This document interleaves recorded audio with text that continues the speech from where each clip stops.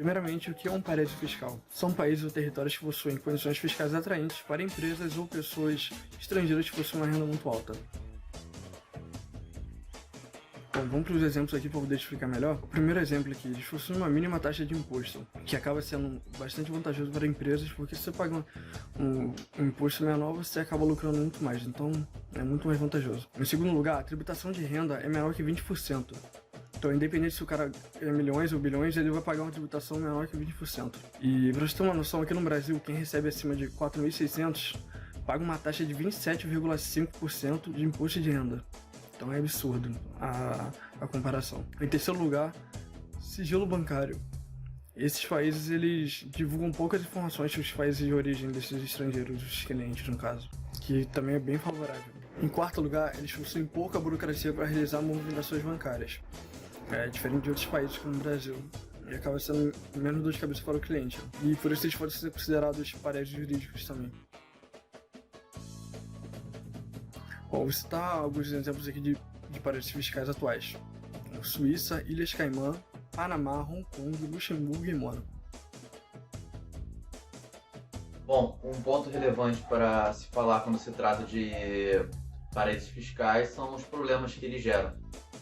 O primeiro aspecto pode ser apontar que quando uma pessoa ou uma empresa decide investir o seu dinheiro em paraíso fiscal, por exemplo, ganhou o dinheiro no Brasil e colocou em uma conta da Suíça, esse dinheiro vai ser pouco ou quase não tributado pelo Brasil.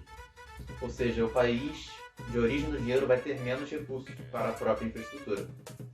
Outro problema é a margem para a corrupção, pois um político que desviou algum recurso pode colocar esse dinheiro em uma conta da Suíça também, ou qualquer paraíso fiscal, assim como empresas podem sonegar mais facilmente, sonegar seus impostos. Bom, agora como que isso aumenta a desigualdade no mundo? Como isso gera desigualdade? Caso tenha ficado claro, quanto maior a sonegação fiscal em um país, maior a sua carga tributária. Ou seja, se muitas pessoas tiram seu dinheiro do país e botam em paraísos fiscais, as pessoas que moram no país vão ter que pagar mais impostos para suprir esse vão de recursos. E talvez o país tenha menos recursos por isso também. Então ele acaba não conseguindo atender a população com saúde, pois ele, por exemplo, saúde, educação, pois ele vai ter menos recursos. Então os países mais pobres e mais desiguais acabam sofrendo mais com esse desvio de recursos para paraísos fiscais, pois eles dependem mais dos recursos públicos. Quais os problemas dos paraísos fiscais em relação ao Brasil? Primeiramente, eles são usados como um recurso para sustentar a corrupção, que é um problema recorrente no país. Também, eles acarretam a irregularidade dos impostos, que dificultam a fiscalização e a logística do país. Também aumentam a desigualdade e dificultam o acesso da população mais pobre a direitos básicos que teriam que ser assegurados pela Constituição, como a saúde e a educação, por falta de investimento. Então, por que alguns brasileiros preferem utilizar paraísos fiscais?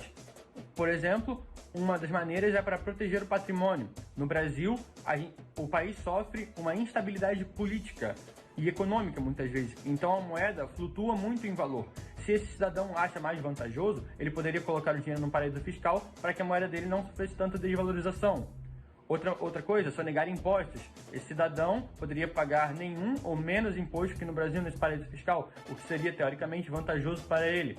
E no caso de empresas, mais ainda, pois essa porcentagem carrega um dinheiro muito maior. Há alguma possível solução para esse problema? Sim. Por exemplo, a criação de relatórios públicos no país, para que melhore a fiscalização dessas empresas multinacionais que, por algum motivo, possam estar desviando dinheiro. E outro, a criação de registros públicos com os nomes dos verdadeiros beneficiados pelo dinheiro da empresa, e não pelos chamados laranjas, que muitas vezes são usados, pois cedem os dados pessoais aos verdadeiros donos dessas empresas, para que assim possam ocultar os seus bens e os seus patrimônios que estão fora da fiscalização e, portanto, muitas vezes fora da tributação e que não contribuem para o desenvolvimento do país.